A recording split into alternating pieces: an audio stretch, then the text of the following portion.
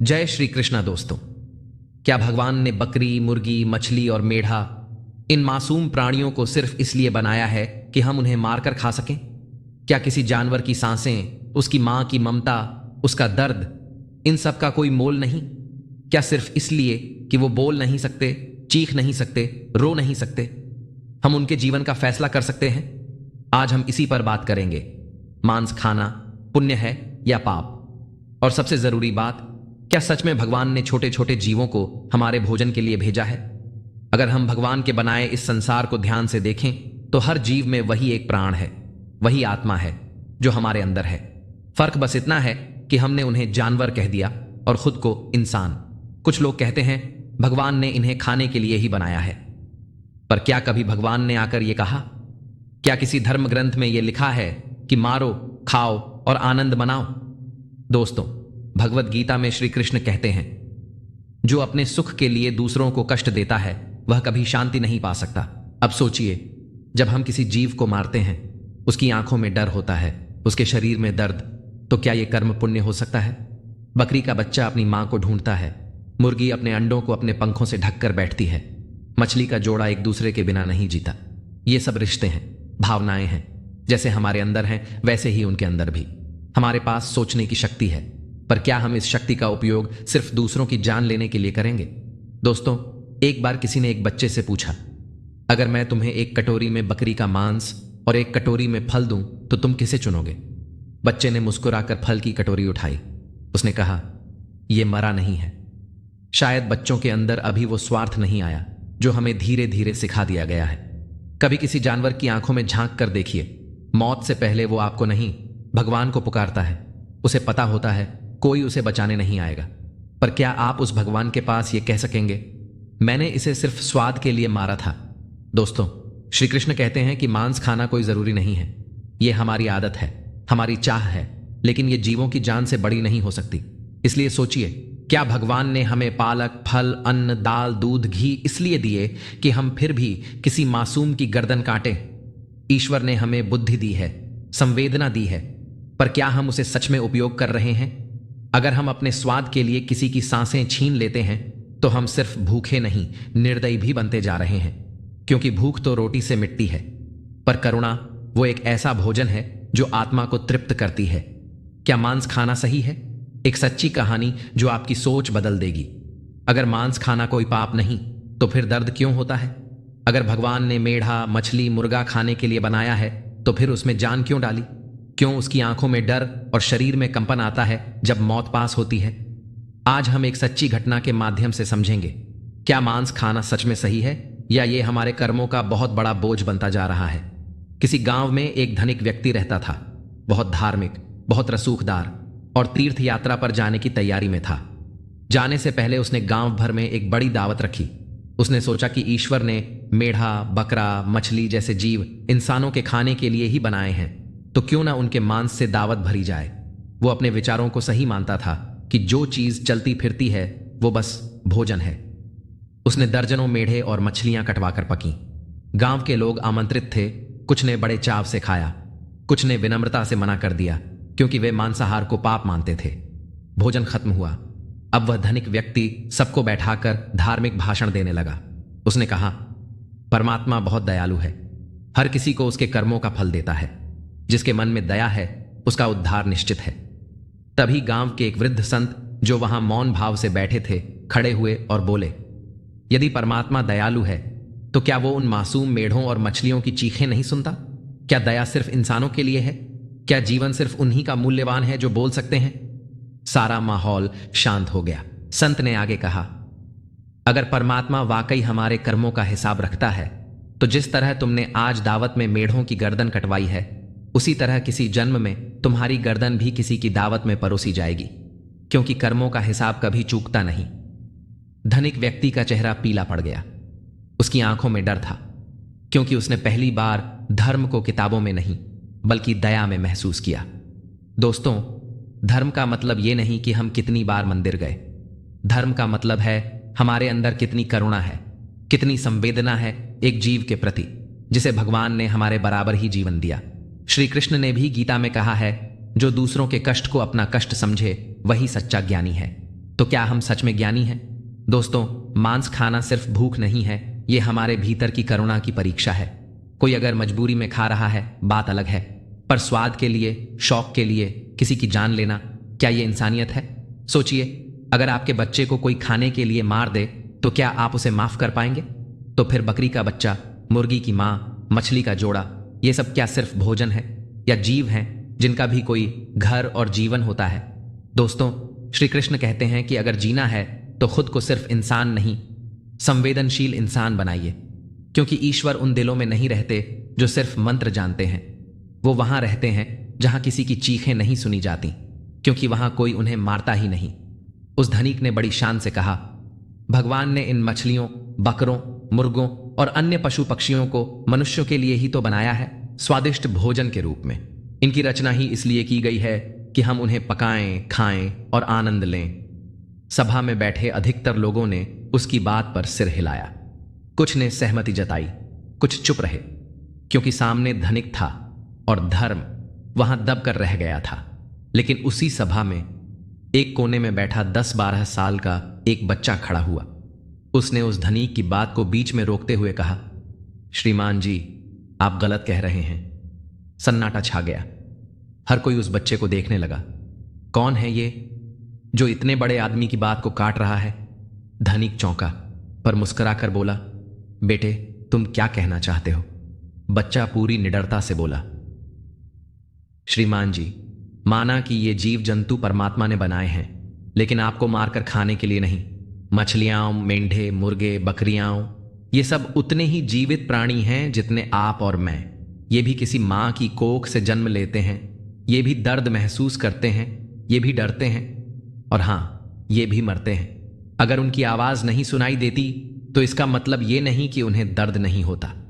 जो प्राणी हमसे कमजोर हैं, कम समझदार हैं, क्या सिर्फ इसलिए हमें अधिकार मिल जाता है कि हम उन्हें मारें, खाएं? तो फिर कोई हमसे अधिक बुद्धिमान आकर हमें मारने लगे तो क्या वो भी सही होगा? श्रीमान जी, आपकी विकसित बुद्धि, आपका बड़ा शरीर, आपकी सामाजिक स्थिति, ये सब परमात्मा की दी हुई हैं, पर इसका मतलब ये नहीं कि आप किसी मासूम की जान लेने का हक रखते हैं। अगर ईश्वर ने किसी को मूक बनाया है तो उसका यह मतलब नहीं कि वो भोजन बन जाए। हो सकता है वो मूक प्राणी सिर्फ इस धरती की शुद्धता बनाए रखने आए हों, या फिर हमें दया और संवेदना सिखाने। स्वाद, पोषण, शरीर, ये सब जरूरी हो सकते हैं, लेकिन क्या कोई भी जरूरत इतनी बड़ी हो सकती है कि उसके लिए एक मासूम की जान ली जाए? अगर भूख मिटाने के नाम पर हम किसी को मार सकते हैं तो सोचिए हम किस दिशा में जा रहे हैं। भगवान ने खाना बनाया है, पर किसी की लाश नहीं। सारी सभा चुप थी। धनिक की गर्दन झुक चुकी थी। किसी के पास कोई जवाब नहीं था, क्योंकि सच बोलने के लिए उम्र नहीं, सिर्फ संवेदना चाहिए। दोस्तों, कभी कभी ईश्वर किसी बच्चे की आवाज में बोलता है, क्योंकि बड़ों ने तो अपनी आवाज से अहंकार और स्वाद की दावतें भर ली होती हैं। बात सिर्फ इतनी सी नहीं है कि आप ताकतवर हैं, बुद्धिमान हैं और किसी को जब चाहें पकड़ सकते हैं।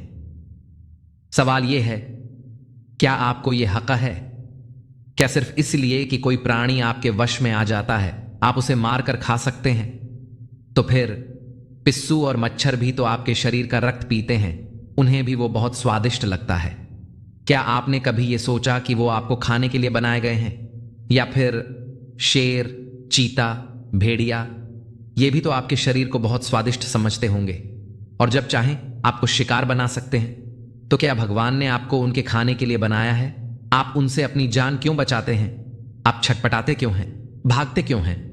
अगर सच में भगवान ने आपको उनका भोजन बनाया है तो फिर क्यों नहीं स्वीकारते मौत को मुस्कुराते हुए? बस यही बात आप सोचिए।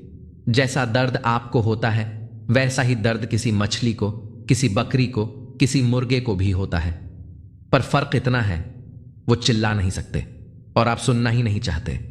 लड़के ने जब ये बातें सबके सामने कहीं तो सन्नाटा छा गया। धनिक का चेहरा उतर गया। उसका गर्व, उसका तर्क, सब उस बच्चे की सरल पर सच्ची बातें सुनकर चूर हो गया। सभा में बैठे लोगों ने ताली बजाकर उस बच्चे का समर्थन किया, क्योंकि सच बोलने के लिए बड़ी उम्र नहीं, बड़ा दिल चाहिए। लड़का बोला, सुनिए, मैं आपको भगवान श्री कृष्ण की एक कथा सुनाता हूं, जिससे आपको समझ आएगा कि ईश्वर की दृष्टि में हर प्राणी, चाहे वह मानव हो या मृग, एक समान है। एक बार भगवान श्री कृष्ण एक पेड़ के नीचे मुरली बजा रहे थे। चारों ओर शांति थी। हर प्राणी उनकी मुरली की मधुर ध्वनि में खोया हुआ था। तभी एक भयभीत हिरण भागता हुआ वहां आया, कांपता हुआ, डरा हुआ, और सीधे आकर भगवान श्री कृष्ण के पीछे छुप गया। श्री कृष्ण ने मुरली बजाना रोक दिया और प्रेम से पूछा, हे मृग, तू इतना व्याकुल क्यों है? किससे डर कर तू मेरी शरण में आया है? हिरण कुछ कह नहीं पाया, पर उसकी आंखों में आंसू थे, जिसे श्री कृष्ण ने पढ़ लिया। तभी हाथ में धनुष बाण लिए एक शिकारी वहां पहुंचा। वो बोला, हे बालक, यह मृग मेरा शिकार है। मैंने इसे बहुत दूर से दौड़ाया है। अब इसे मुझे सौंप दो। यह मेरे भोजन का हिस्सा है। श्री कृष्ण का उत्तर, जो जीवन भर याद रहेगा। भगवान मुस्कुराए, पर उनकी मुस्कान में करुणा थी, शांति थी, और साथ में था अनंत सत्य। हे शिकारी, तू कहता है यह मृग तेरा शिकार है। क्यों? क्योंकि तूने इसे दौड़ाया। क्या किसी को सताकर, डराकर, थकाकर उस पर अधिकार जताना धर्म है? इसने तुझे क्या हानि पहुंचाई? तेरे जीवन के लिए आवश्यक है क्या इसकी मृत्यु? शिकारी चुप था। उसके हाथ ढीले पड़ गए। धनुष जमीन पर गिर गया। श्री कृष्ण बोले, जिसे तुम भोजन समझते हो वो किसी और के लिए एक जीवन है, एक प्रेम है, एक अस्तित्व है। जब भगवान स्वयं एक मूक प्राणी को अपनी शरण देते हैं तो सोचिए हम कौन होते हैं किसी की जान लेने वाले। दया, करुणा और संवेदना, यही तो वो धर्म है जिसे श्री कृष्ण ने हर युग में सिखाया है। अगर हम सच में कृष्ण के भक्त हैं तो फिर भोजन चुनते समय कम से कम एक बार ये जरूर सोच लें कि कहीं हमारे स्वाद के पीछे किसी की चीख तो नहीं दब गई। ईश्वर वहां नहीं रहता जहां बल है। ईश्वर वहां रहता है जहां बलवान होकर भी आप किसी निर्बल को क्षमा कर दें, उसकी रक्षा करें। दोस्तों, श्री कृष्ण कहते हैं कि कभी सोचा है जिस शरीर में आप रहते हैं वो अगर कोई आपसे मांग ले थोड़ा सा मांस दे दो तो क्या आप दे पाएंगे? नहीं ना? तो फिर सोचिए, जिस मछली, बकरी या मुर्गे की आप हड्डियां चबाते हैं उसके लिए भी उसका शरीर उतना ही प्रिय होता है जितना आपका शरीर आपको। आज की इस वीडियो में हम एक ऐसी कथा सुनेंगे जिसने मांस खाने वालों की सोच ही बदल दी, जिसे सुनकर एक शिकारी भी अपने हथियार जमीन पर रख देता है। जब शिकारी ने हिरण को पकड़ने की जिद की तो भगवान श्री कृष्ण ने उसे शांत होकर कहा, हे व्याध, किसी भी जीव पर किसी और का अधिकार नहीं होता। हर जीव केवल खुद पर ही अधिकार रखता है। पर शिकारी हंस पड़ा। बालक, मैं उसे मार कर खाऊंगा, इसमें क्या बुरा है? मैं तो उसे त्रियक योनि से मुक्त करता हूं और फिर कोई ना कोई तो इसे खा ही लेगा। राजा लोग भी तो शिकार करते हैं, तो क्या वो पापी हैं? श्री कृष्ण मुस्कुराए, पर उनकी मुस्कान में दया थी, करुणा थी और एक शिक्षा थी। उन्होंने कहा, तू हिंसा करते करते इतना अंधा हो चुका है कि तुझे पाप भी धर्म लगने लगा है। आ चल, मैं तुझे एक सच्ची कथा सुनाता हूं जिससे तुझे समझ में आएगा कि मांस कितना सस्ता है और कितना महंगा। एक समय की बात है, देश में भयंकर अकाल पड़ा। भूख से लोग मरने लगे। राजा ने सभा बुलाई और पूछा, सबसे सस्ता भोजन क्या हो सकता है? सभा में बैठे एक मांस भक्षी ने कहा, मांस सबसे सस्ता है। न खेत चाहिए न मेहनत, जानवरों को मारो और खा लो। बाकी लोग भी सहमत हो गए, पर प्रधानमंत्री चुप रहे। राजा ने पूछा, आप क्या सोचते हैं? प्रधानमंत्री बोले, मैं अपनी राय कल दूंगा। रात को मंत्री उसी व्यक्ति के घर पहुंचे और बोले, राजा की तबीयत बहुत बिगड़ गई है। राजवैद्य कहता है, अगर किसी ताकतवर व्यक्ति का थोड़ा सा मांस मिल जाए तो राजा की जान बच सकती है। आप राजा के प्रिय हो, बस थोड़ा सा मांस दे दो, आपको धन पद सब मिलेगा। मांस भक्षी कांप गया, उसका चेहरा पीला पड़ गया। वो रोते हुए बोला, माफ कीजिए मंत्री जी, मैं अपना मांस नहीं दे सकता, ये पैसा ले लीजिए। तब सच सामने आता है। मंत्री मुस्कुराए और बोले, कल तुम कह रहे थे कि मांस सबसे सस्ता है और आज अपने शरीर का थोड़ा सा मांस देने के बदले करोड़ों दे रहे हो। तो बताओ, मांस सस्ता है या सबसे महंगा? फिर मंत्री एक एक कर सभी सभासदों के पास गए। हर किसी से थोड़ा सा मांस मांगा, पर सबने इनकार कर दिया और लाखों स्वर्ण मुद्राएं दे दी। अगले दिन मंत्री जी करोड़ों की थैली लेकर दरबार में पहुंचे। राजा ने पूछा, यह सब क्या है? मंत्री बोले, महाराज, ये वही मांस है जो सस्ता कहा जा रहा था, पर जब देने की बारी आई तो किसी ने भी अपने शरीर से मांस नहीं दिया। सबने करोड़ों दे दिए पर जान नहीं दी। दोस्तों, श्री कृष्ण का अंतिम उपदेश श्री कृष्ण शिकारी से बोले, देखा व्याध, जब अपने प्राणों पर बनती है तो कोई भी मांस देने को तैयार नहीं होता, क्योंकि हर जीव के लिए उसका शरीर, उसके प्राण, उसका जीवन सबसे प्यारा होता है। जो तुम मारते हो वो भी जीना चाहते हैं, वो भी डरते हैं, वो भी भागते हैं। उनकी भी मां होती है, बच्चे होते हैं और दर्द होता है जैसे तुम्हें होता है। हम अपने स्वाद के लिए, अपने सुख के लिए किसी की सांसें छीन लेते हैं। क्या यही धर्म है? क्या यही इंसानियत है? ईश्वर ने हर प्राणी को जीवन दिया है, उसे जीने का अधिकार है। आपके थोड़े से स्वाद के लिए किसी की जिंदगी मत छीनिए। जिस दिन तुम्हें अपना मांस देने का अवसर आएगा, तुम समझोगे कि जो तुम खा रहे थे वो भोजन नहीं था, किसी की चीख थी, किसी मां की पुकार थी। दोस्तों, ये वीडियो आपको कैसा लगा? कमेंट में अपनी प्रतिक्रिया जरूर दें। वीडियो को लाइक, चैनल को सब्सक्राइब जरूर करें। धन्यवाद।